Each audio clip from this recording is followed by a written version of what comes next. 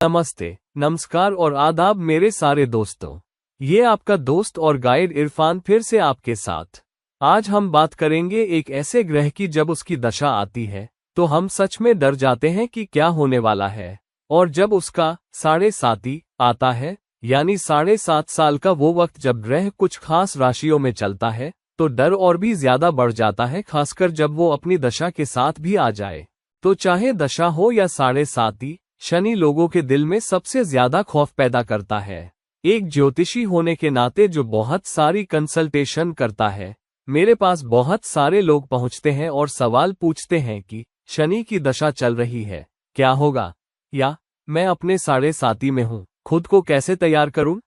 अब इस ग्रह के आसपास के रहस्य और लोगों के इस डर की वजह से मैंने इस पर एक वीडियो बनाने का फैसला किया, ताकि हम न सिर्फ शनि के मतलब और उसके असर और नतीजों को उन पुराने श्लोकों से समझ सकें जहां से हमारी ज्योतिष की ज्यादातर सीख आती है, बल्कि ये भी बता सकूं कि शनि को खुश रखने, उसे मनाने, उस पर काबू पाने और उससे बेहतरीन नतीजे लेने के क्या तरीके हैं।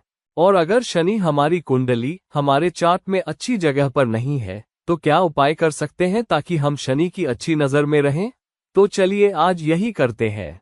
जातक चंद्रिका में जो कालिदास ने लिखी है, वो अपनी बात शनि को प्रणाम करके शुरू करते हैं। वो कहते हैं, नीलांजन समाभासम रविपुत्रम यमाग्रजम छायामातन संभूत तन नमामि शनैश्चरम। इसका मतलब है, मैं शनि को प्रणाम करता हूँ जो नीलांजन, काजल की तरह चमकते हैं, जो सूर्य और छाया के पुत्र हैं और यमराज के बड़े भाई हैं। ये खास श्लोक शनि की बात करता है कि वो छाया के पुत्र और यम के बड़े भाई हैं। अब यम मृत्यु के देवता है। ये वो हैं जो आपकी मौत पर आपकी आत्मा को ले जाते हैं, और शनि यम के बड़े भाई हैं। मतलब असल में शनि यम से भी ताकतवर है। तो शनि के नतीजे भी ज्यादा सख्त होते हैं। मौत से भी सख्त क्या हो सकता है? मौत से भी सख्त है वो मुसीबतें जो मौत जैसी या उससे भी बदतर होती है। कुछ ऐसे हालात होते हैं जहां इंसान सोचता है कि मरना जिंदा रहने से बेहतर है, क्योंकि अब कुछ समझ नहीं आ रहा। मेरे पास बहुत सारे लोग आते हैं जो कहते हैं, पता है, हालात इतने खराब हैं, मरना बेहतर होता, मैं खुदकुशी कर लेता। मैंने कई बार ऐसा सोचा है। ऐसे हालात में जिंदा रहने से बेहतर है मरना। शनि आपके लिए मौत जैसी मुसीबत लाने वाले कारकों में से एक है, क्योंकि शनि 8वें घर का भी कारक है। तो अगर कोई ग्रह आपके लिए मौत जैसी तकलीफ ला सकते हैं तो वो है आमतौर पर मंगल, राहु, शनि और केतु भी। ये सभी पापी ग्रह हैं और थोड़े हद तक सूर्य भी। तो शनि से ज्यादा डर क्यों लगता है? क्योंकि शनि का चलना धीमा होता है। राहु आप पर अचानक मुसीबत लाता है और मंगल भी अचानक, अनपेक्षित चुनौतियां लाता है। शनि आपको धीरे धीरे घेरता है। ये आपको एक जोरदार चोट की बजाय धीरे धीरे घुटकर मारने जैसा है, और इसीलिए शनि से डर लगता है। पहली बात तो शनि की गोचर किसी एक राशि या घर में 2.5 साल की होती है। अगर शनि किसी अहम घर से गुजर रहा है और 2.5 साल तक उसकी स्थिति अच्छी नहीं है, तो 2.5 साल तक आप उस घर में शनि की पीसन और चुनौतियों का सामना करते हैं। और 7.5 भी ऐसा ही है, शनि का 7.5 साल का वक्त, जिससे लोग डरते हैं। सत्याचार्य ने सत्यजातकम में शनि को ऐसे बताया है। वो कहते हैं, आयुर्जन्म मृत्यु कारण विपत प्रत्यरी मित्रधनाद मंद। मतलब शनि दुख, उदासी, आयु यानी वो आयु घटाता है या जीवन का समय तय करता है, मृत्यु, गरीबी, दुर्घटना और आपके नीचे काम करने वाले सभी लोगों, जैसे नौकर, साथी, सिक्योरिटी गार्ड, आपके ड्राइवर, आपके काम, करक या पेशा, हर तरह के खतरे, कैद या अलग थलग रहने का करक है। क्योंकि ये 12वें घर का भी करक है, कृषि, हर तरह की मानसिक परेशानियां, चिंता, झूठ बोलना, लोगों से झगड़े, जिंदगी की हर तरह की मुश्किलें, धोखा या नकारा जाना, राज, चोरी, बेइज्जती, पाप और हर तरह की बदकिस्मती, इल्जाम और डर। और बहुत सारी किताबें, चाहे वो होरा रत्नम हो या बृहत पाराशर होरा शास्त्र या होरासार, इन सबने लंबे वक्त तक शनि के गुणों के बारे में बात की है कि वो दुख, चुनौतियां, मुसीबतें कैसे लाता है, लेकिन ये भी कि शनि जिंदगी में अनुशासन, ढांचा, संगठन और स्थिरता कैसे लाता है। ये खास श्लोक बताता है कि शनि आपके लिए किस तरह की मुसीबत ला सकता है। शनि आपके लिए गरीबी ला सकता है, शनि दुर्घटना ला सकता है, शनि बीमारी ला सकता है, शनि आपके काम और पेशे में चुनौती ला सकता है। शनि आपको आपके लोगों से दूर कर सकता है। शनि आपको कैद भी करवा सकता है। हर तरह की परेशानी जो शनि ला सकता है। और इसीलिए कहा जाता है शनि दुख लाता है, शनि चुनौती लाता है। लेकिन ऐसा क्यों है कि शनि ये चुनौतियां लाता है? शनि ये चुनौतियां तभी लाता है जब शनि आपको उन चुनौतियों का सामना करने के लिए तैयार नहीं पाता। आप अच्छे नतीजे कब दे सकते हैं? आप इम्तिहान में अच्छे नतीजे कब ला सकते हैं? जब आप इम्तिहान के लिए तैयार हो, क्योंकि आपने मेहनत की है, आपने लंबे वक्त तक पढ़ाई की है। तो जब भी शनि आपको उस वक्त के लिए तैयार नहीं पाता जब चुनौती आने वाली है, शनि आपको जोरदार चोट पहुंचाता है। तो शनि एक इम्तिहान है। शनि को कर्म का समीकरण बनाने वाला माना जाता है। ये यकीन दिलाएगा कि आप अपने कर्म के कर्ज चुकाते हैं, क्योंकि शनि 10वें और 11वें घर का मालिक है। 10वां घर आपके कर्म का घर है और इसीलिए क्योंकि आपको कर्म करना ही है, और अगर कोई बकाया कर्म है तो शनि ये यकीन दिलाएगा कि आप उस कर्म की कीमत चुकाएं, चाहे इस जन्म में कर्म करके या कर्ज चुकाकर। तो अगर आपने किसी का पैसा लिया है, या तो आप उन्हें वो पैसा लौटा दें या उनके लिए काम करें ताकि वो आपसे कमा सके। तो शनि ये यकीन दिलाएगा कि आपके कर्म का भुगतान होना ही है, चाहे आपके काम के जरिए या उन चुनौतियों के जरिए जो आप झेलते हैं। तो अगर कोई आपको पैसा दे रहा है, आपको पैसा वापस करना होगा, नहीं तो आपको जेल जाना होगा, आपको अदालत का सामना करना होगा। तो शनि एक तरह से कर्म का हिसाब बराबर करने वाला है। इस हद तक शनि जज भी है, जल्लाद भी है, और वो भी जो आप पर फैसला सुनाता है, कुछ हद तक गुरु की तरह। तो इंसान को सावधान रहना चाहिए, तैयार रहना चाहिए और अच्छी तरह जानना चाहिए कि शनि आपकी कुंडली में कहाँ है, क्या नतीजे दे सकता है, किस ओर इशारा कर रहा है, उसकी दृष्टि कहाँ है। तो जब शनि की दशा आप पर आ रही है या 7:30 का वक्त आप पर है, तो आप जान जाएं कि शनि क्या नतीजा दे सकता है, क्या गम ला सकता है, क्या चुनौतियां ला सकता है। और ऐसा तभी होता है जब आप तैयार नहीं होते, जब आप संगठित नहीं होते, जब आप अच्छी तरह प्लान नहीं करते। अब शनि गंभीर दुख और चुनौतियां कब पैदा करता है? बलभद्र होरा में कहते हैं, आत्मदेयो गगनगाया बलिह रजला वात तार दुर्बल दुर्बल जय विप्रिय। मतलब शनि की ताकत ही दुख मिटाती है, जबकि उसकी कमजोरी ही दुख या ज्यादा दुख लाती है। तो जब तक शनि अच्छी ताकत में है या उच्च का है, अच्छे योग बना रहा है, किसी अशुभ राशि में नहीं बल्कि मित्र राशि में बैठा है, अपने घर या राशि में बैठा है जिसका वो मालिक है, या दुस्थानों में भी बैठा है, वहां शनि दुख मिटाता है या घर की हिफाजत करता है, खासकर संबंधित ग्रहों की दशा में। शनि अगर ताकत में है तो 7:30 के दौरान भी मदद कर सकता है, बशर्ते इंसान 7:30 के सबक सीखे और उन पर काम करे। अब ये बहुत अहम बात है जो कहती है कि शनि की कमजोरी ही आपके लिए गम लाती है और शनि की ताकत ही आपकी मुसीबतों या चुनौतियों को खत्म करती है। तो आपकी कुंडली में एक ताकतवर शनि असल में आपकी मदद करेगा, न कि आपके लिए चुनौतियां लाएगा। तो ताकतवर शनि कौन सा है? वो शनि जो उच्च का हो, डिग्रियों में ताकतवर हो, मित्र राशि में बैठा हो, अपने घर में बैठा हो या उन घरों में बैठा हो जिनका वो करक है, और अगर शनि कोई ऐसा योग बना रहा हो जो जातक के लिए फायदेमंद हो। दूसरी बात ये कि शनि को कर्म के जरिए मजबूत किया जा सकता है, क्योंकि शनि कर्म का भी प्रतीक है। शनि शूद्रों पर राज करता है। कहा जाता है, शूद्र कौन है? वो लोग जो आपके नीचे काम करते हैं, हर तरह का मैनुअल काम या सफाई का काम करते हैं। तो पहले शूद्रों से सबसे छोटे काम करवाए जाते थे। तो इस रूप में शनि उन लोगों पर राज करता है जो सबसे दबे कुचले हैं, बेहद गरीब लोग हैं, बदकिस्मत लोग हैं, चाहे उनकी जात कुछ भी हो। ये जात के बारे में नहीं है, ये उन कामों के बारे में है जो लोग करते हैं। तो वो लोग जो आपके नीचे काम करते हैं, जैसे सिक्योरिटी गार्ड, घर की मेड, आपके ऑफिस का ऑफिस बॉय, या आपके ऑफिस में जो आपके नीचे काम करते हैं, जो आपके हुक्म मानते हैं, वो शनि का प्रतिनिधित्व करते हैं। तो अगर आप उनके साथ अच्छा बर्ताव नहीं करते, तो आप अपने शनि को कमजोर कर रहे हैं। अगर आप अपनी घरेलू मदद पर चिल्लाते चीखते हैं, अगर आप हमेशा उन्हें कोसते हैं या गाली देते हैं या उनसे उनके काम से ज्यादा काम लेते हैं बजाय उन्हें उतना पैसा देने के जितना देना चाहिए, और टिप्पणियां करते हैं या उन लोगों पर जुल्म ढाते हैं जो आपके नीचे काम करते हैं, जो आपकी टीम में है, शनि को ये पसंद नहीं। शनि चाहता है कि आप उनका आदर करें। शनि चाहता है कि आप उनकी इज्जत करें। जितना आदर और इज्जत से आप उन लोगों के साथ पेश आएंगे जो आपके नीचे काम करते हैं या आपके लिए काम करते हैं या आपसे ज्यादा बदकिस्मत हैं या दबे कुचले हैं, जो घरेलू मदद और हर तरह की मदद है, जैसे आपके ड्राइवर, सिक्योरिटी गार्ड वगैरह, उतना ही शनि आपको बेहतर नतीजे देगा। अगर आप उनके साथ अच्छा बर्ताव करेंगे और जितना बुरा बर्ताव करेंगे, शनि आपके साथ उतना ही बुरा करेगा।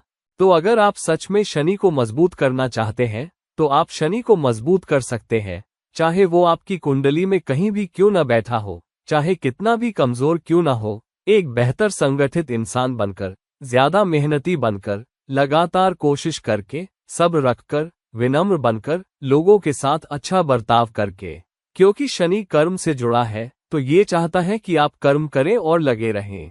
और शनि कलपुरुष चार्ट में 11वें घर का असल मालिक भी है। 11वां घर एक उपचय घर है जो आपको वक्त के साथ नतीजे देता है। तो शनि आपसे कहता है कि अगर आप लाभ चाहते हैं, 11वां घर लाभ का प्रतीक है, तो आपको मेहनत करनी होगी, आपको ज्यादा संगठित होना होगा, आपको बेहतर प्लानिंग करनी होगी, आपको नियम और कायदे मानने होंगे। और फिर अगर आप वक्त के साथ, ढांचे के साथ, प्लानिंग के साथ, संगठन के साथ ऐसा करते हैं, तभी मैं आपको नतीजे दूंगा। शनि इस तरह आपके लिए एक इम्तहान है। जब आप अपने इम्तहान की तैयारी नहीं करते तो आप कैसे पास होते हैं? आप फेल हो जाते हैं। और अगर कोई अहम इम्तहान आने वाला है तो उस वक्त को याद करें जब आप बोर्ड के इम्तहान के सामने थे। आपने बहुत मेहनत की, तब जाकर आपको नतीजे मिले। तो शनि आपसे कहता है, मेहनत करो, जिंदगी के लिए तैयारी करो, उस वक्त के लिए तैयार रहो जो आप पर आने वाला है। अगर आप तैयार नहीं होगे तो मैं आपको जोरदार चोट पहुंचाऊंगा। अगर आप नीचे काम करने वालों के साथ अच्छा बर्ताव नहीं करोगे तो मैं आपको जोरदार चोट पहुंचाऊंगा। अगर आप नियम और कायदे नहीं मानोगे तो मैं आपको जोरदार चोट पहुंचाऊंगा। अगर आपने चीजें पहले से प्लान नहीं की तो मैं आपको जोरदार चोट पहुंचाऊंगा। अगर आपने सब्र नहीं किया तो मैं आपको जोरदार चोट पहुंचाऊंगा। अगर आप विनम्र नहीं हुए तो मैं आपको जोरदार चोट पहुंचाऊंगा। तो ये है शनि के सबक। और इसी तरह आप शनि को मजबूत करते हैं, वो सब करके जो शनि आपसे चाहता है और वो सब बनकर जो शनि आपके लिए चाहता है। यवनेश्वर कहते हैं, जलदेवम चंद्रम, अग्निदेव सूर्यम, विष्णु बुध, ब्रह्माण शनैश्च, कार्तिकेयम मंगल, इंद्रम गुरु, शचीन शुक्रम। मतलब, चंद्रमा को जल देवता समझो, सूर्य को अग्नि देवता समझो, बुध को विष्णु समझो, शनि को ब्रह्मा समझो, मंगल को कार्तिकेय या युद्ध के स्वामी समझो, गुरु को इंद्र समझो और शुक्र को शची देवी समझो। तो यवनेश्वर असल में शनि को रचनात्मकता, देवत्व और ताकत के सबसे ऊंचे दर्जे पर ले जाते हैं। वो शनि को ब्रह्मा जैसी शक्तियां देते हैं जो सृष्टि करता है। तो शनि आपकी जिंदगी में स्थिरता ला सकता है, शनि अनुशासन ला सकता है, शनि आपकी मुसीबतों और दुखों से उबरने में मदद कर सकता है। शनि आपकी जिंदगी में ब्रह्मा बन सकता है, या शनि आपके हाथ में एक ब्रह्मास्त्र बन सकता है जो सारे दुख मिटा सकता है। अगर आप शनि के चरित्र और स्वभाव के सच्चे हो और वो करो जो शनि चाहता है और जिस तरह से शनि चाहता है कि आप पेश आओ। अब बात करते हैं 7.5 नाम के वक्त की। 7.5 का मतलब है 7.5 साल का वक्त। साढ़े का मतलब आधा, तो 7.5 मतलब 7 साल और आधा। तो वो 7.5 साल का वक्त जब शनि चंद्रमा या दिमाग पर असर डाल रहा होता है और इस तरह से आपको प्रभावित कर रहा होता है, वो 7.5 का वक्त है। तो चलिए समझते हैं कि 7.5 कैसे आती है। मान लीजिए आप मेष लग्न के हैं और चंद्रमा आपके दूसरे घर में वृषभ राशि में उच्च का बैठा है। जन्म कुंडली में मान ले चंद्रमा मकर राशि में 10वें घर में है। तो पहले चरण में 10वें घर में बैठे होने की वजह से शनि हर राशि में 2.5 साल तक रहेगा। तो जब शनि अपनी गोचर से आपके पहले घर में आता है, जिस दिन वो आपके पहले घर में दाखिल होता है, उसी दिन से आपकी 7.5 शुरू मानी जाती है।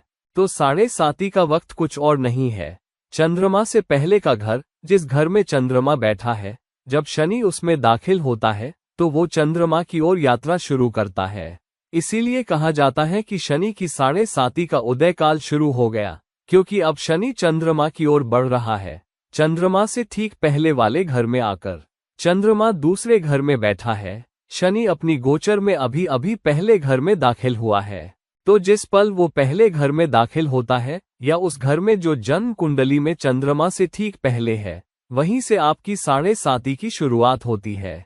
और जब शनि पूरी राशि में घूमने और उस घर में दाखिल होने में 2.5 साल लगाता है जहां चंद्रमा बैठा है, तो ये 2.5 साल जो शनि आखिरी घर में दाखिल होने के बाद चंद्रमा वाले घर तक जाने में लगाता है, वो पहले 2.5 साल का वक्त है या 7.5 का पहला चरण, और इसे 7.5 का उदय काल भी कहते हैं। इस उदय काल के दौरान शनि आपसे उम्मीद करता है कि आप उस वक्त के लिए तैयारी करें जो उसके चरम काल के दौरान आप पर आने वाला है, जब शनि दूसरे घर में दाखिल होगा जहां आपकी जन्म कुंडली में चंद्रमा बैठा है। और तैयारी क्या है? शनि चाहता है कि आप अपना कर्म का कर्ज उतारें, चाहे आपका कर्म कहीं भी हो। तो शनि कहाँ बैठा है? और ये 10वें घर का कारक भी है। तो शनि कहता है कि आपका कर्म सही होना चाहिए, आपको अपना कर्म का कर्ज चुकाना होगा।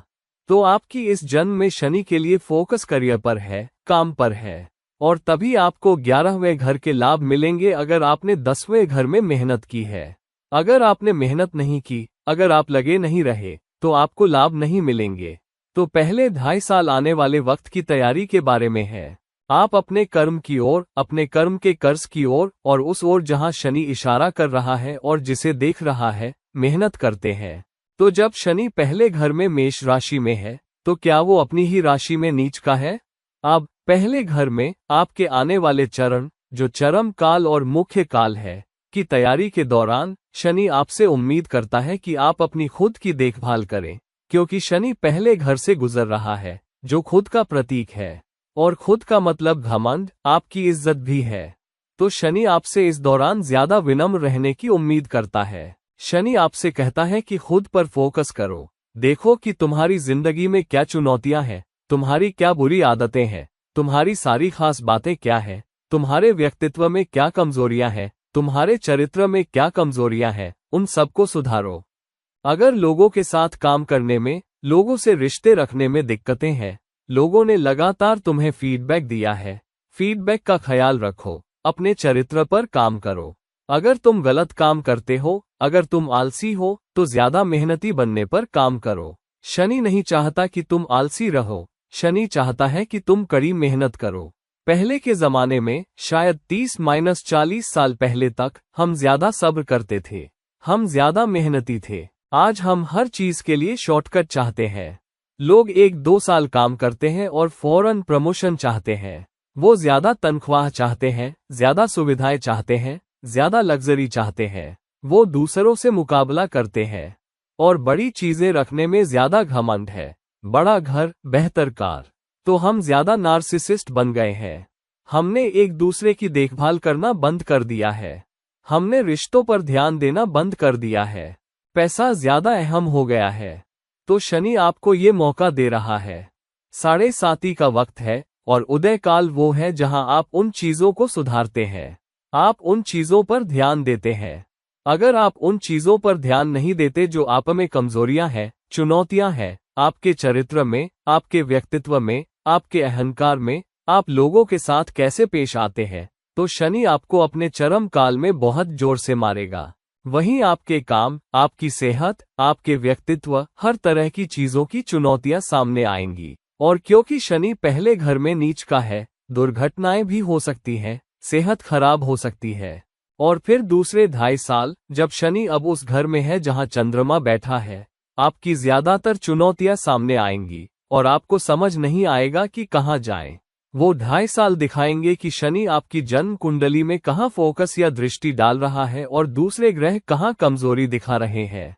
अगर मंगल भी कमजोर है और आपकी जन्म कुंडली में अच्छी जगह पर नहीं है, तो सेहत और स्वास्थ्य संबंधी चुनौतियां आ सकती हैं, खून से जुड़ी दिक्कतें आ सकती हैं, दुर्घटनाएं हो सकती हैं, अचानक और अप्रत्याशित वाकयात हो सकते हैं। तो शनि की दशा आपकी जन्म कुंडली में मौजूद ग्रहों के योगों या दशाओं का, साथ ही दूसरे ग्रहों पर शनि की जो दृष्टियां हैं, उन सब का मिला जुला असर देगी। तो चरम काल वो है जहां आप अपना कर्म का कर्ज चुकाते हैं, अगर आप पहले उदय के 2.5 साल में तैयार नहीं हुए। और तो इस दौरान, जब शनि चंद्रमा के ऊपर से गुजर रहा है, या 7.5 का पूरा वक्त, लेकिन ज्यादातर चरम काल के दौरान, शनि चंद्रमा के साथ एक इच्छा योग भी बनाता है। ये दिमाग पर सीधा असर डालता है। ये सोच को धीमा कर देता है। ये आपकी विश्लेषणात्मक सोच को धीमा कर देता है। आप ज्यादा भावुक हो जाते हैं। आप ज्यादा परेशान रहने लगते हैं। और यही वजह भी है कि साढ़े साती के दौरान बहुत सारे फैसले गलत हो जाते हैं, क्योंकि आपका दिमाग प्रभावित हो जाता है। चंद्रमा आपके दिमाग का प्रतीक है। चंद्रमा की ताकत कमजोर और चुनौतीपूर्ण हो जाती है। तो अगर आप ज्यादा सब्र करना, ज्यादा मेहनती बनना, ज्यादा सोच विचार करना नहीं सीखते, गलत फैसले लेते हैं, तो आप उन गलत फैसलों की कीमत चुकाते हैं। और क्योंकि चंद्रमा कुंडली का सबसे अहम ग्रह है, अगर चंद्रमा प्रभावित हो जाए तो आपके जिंदगी के सारे नतीजे प्रभावित हो जाते हैं। आप ज्यादा भावुक हो जाते हैं, आप ज्यादा निराश हो जाते हैं, आप अचानक ज्यादा गुस्से में आ जाते हैं, आप खोया खोया महसूस करते हैं। तो चरम काल वो सबसे अहम वक्त है जहां आप खुद को इकट्ठा करके ये यकीन दिलाते हैं कि आप सारी छोटी छोटी चीजों का ख्याल रखें, आप अपने आसपास के लोगों का ख्याल रखें, आप अपने मानसिक फोकस का ख्याल रखें, आप सब्र करने का ख्याल रखें, आप ज्यादा विनम्र रहने का ख्याल रखें। और आखिरी 2.5 साल का वक्त, जब शनि इस खास उदाहरण में दूसरे घर से अब तीसरे घर में चला गया है, तो अब शनि आपको क्या बता रहा है? शनि अब कह रहा है कि चरम काल खत्म हो गया है। आप सारी चुनौतियों का सामना कर चुके हैं, या आपने अपना कर्म का कर्ज बड़े पैमाने पर उतार दिया है। मेहनत करो, क्योंकि तीसरा घर कोशिश, मेहनत और अपनी मेहनत से नतीजे पाने का भी घर है। अपनी जिंदगी में नतीजों के लिए मेहनत करो। तीसरा घर संचार का घर भी है। ये बातचीत का भी घर है। लोगों तक पहुंचो, लोगों के साथ काम करो, लोगों से बात करो, अपने खोल में मत रहो, आलसी मत बनो, लगे रहो, संगठित रहो। तो जितने संगठित तुम होगे, जितनी प्लानिंग तुमने की होगी, जितने तैयार तुम होगे, जितने सही तुम अपनी कीमतों, अपने चरित्र और विनम्र रहने में होगे, उतने ही बेहतर नतीजे शनि तुम्हें देगा।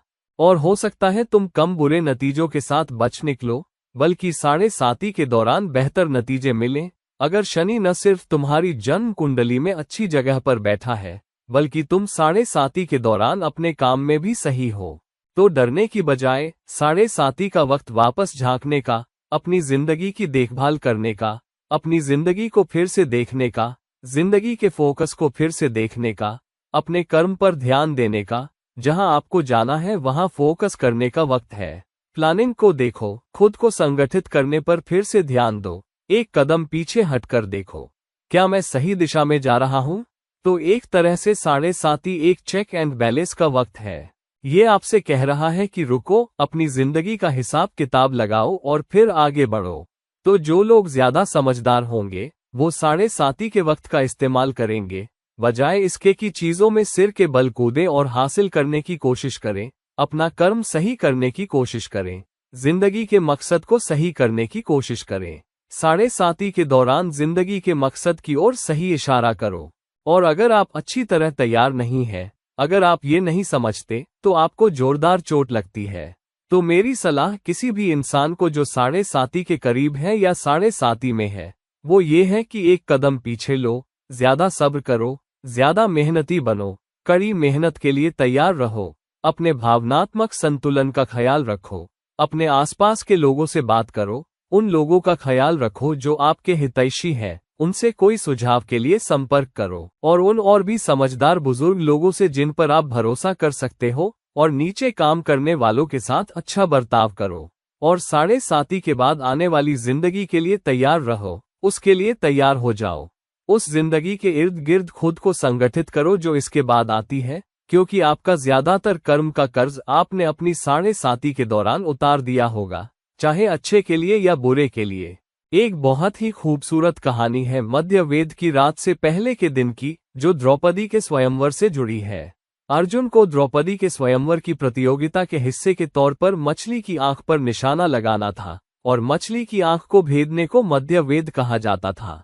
तो अर्जुन के मछली की आंख पर निशाना लगाने की तैयारी करने से ठीक पहले कृष्ण उससे कहते हैं, अर्जुन, ध्यान रखना, अपना कदम आगे बढ़ाओ और मछली की आंख पर ध्यान लगाओ।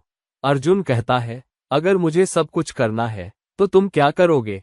और कृष्ण बहुत ही नर्म आवाज में उससे कहते हैं, जो तुम नहीं कर सकते वो मैं करूंगा। और फिर अर्जुन पूछता है, और वो क्या है जो मैं नहीं कर सकता? कृष्ण जवाब देते हैं, मैं पानी को स्थिर रखूंगा, और वही शनि आपके लिए है। अगर आप अपनी कुंडली के हिस्से के तौर पर शनि की जरूरतों का ख्याल रखते हैं, वो किन घरों में है, किन घरों पर राज करता है, उसकी स्थिति क्या है, उसकी ताकत क्या है, और वो किस कर्म के कर्ज की ओर इशारा कर रहा है, आपकी जिंदगी में कर्म का क्या समीकरण लाने वाला है, और वो आपके लिए क्या कर्म लाता है, अगर आप उसका ख्याल रख पाते हैं तो शनि आपकी जिंदगी में स्थिरता लाएगा। शनि आपकी जिंदगी का पानी स्थिर रखेगा। और अगर शनि आपके साथ है तो शनि आपकी जिंदगी को स्थिर रखने और आपको स्थिरता देने के लिए तैयार है। कोई ताकत और कोई दूसरा ग्रह शनि पर भारी पड़ने की ताकत नहीं रखता, क्योंकि दूसरा सबसे ताकतवर ग्रह गुरु एक शुभ ग्रह है। उसमें आपके लिए दुख लाने की कम ताकत है और ज्यादा फायदा है। तो अगर आप सच में अपनी जिंदगी में ज्यादा स्थिरता, ज्यादा शांति, कम चुनौतियां लाना चाहते हैं तो शनि ही आपका ग्रह है। अब जब हमने 7.5 के नतीजों और इसका क्या मतलब है इस पर पुराने श्लोकों और पुराने ग्रंथों की रोशनी में बात कर ली है, तो मेरी आपके लिए सलाह है, कृपया कोई भी निजी परामर्श के लिए या कोई भी जवाब जो आप चाहते हैं, किसी भी सवाल या चुनौती का कोई भी हल जो आपकी जिंदगी में आ रहा है, या आगे का रास्ता जो आप अपनी निजी कुंडली में ग्रहों की स्थिति के आधार पर जानना चाहते हैं, उसके लिए मेरे पास पहुंचें। और कृपया इस वीडियो को लाइक करें, कृपया इस वीडियो को शेयर करें, कृपया इस चैनल को सब्सक्राइब करें, क्योंकि और भी बहुत सारे वीडियो आने वाले हैं। हम शनि दशा या 7.5 पर फिर किसी और वीडियो के साथ वापस आएंगे।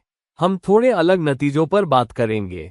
तो जब तक मैं आपके लिए कोई और वीडियो लेकर वापस नहीं आता, ये आपका दोस्त और गाइड इरफान आपसे विदा लेता है। चाओ।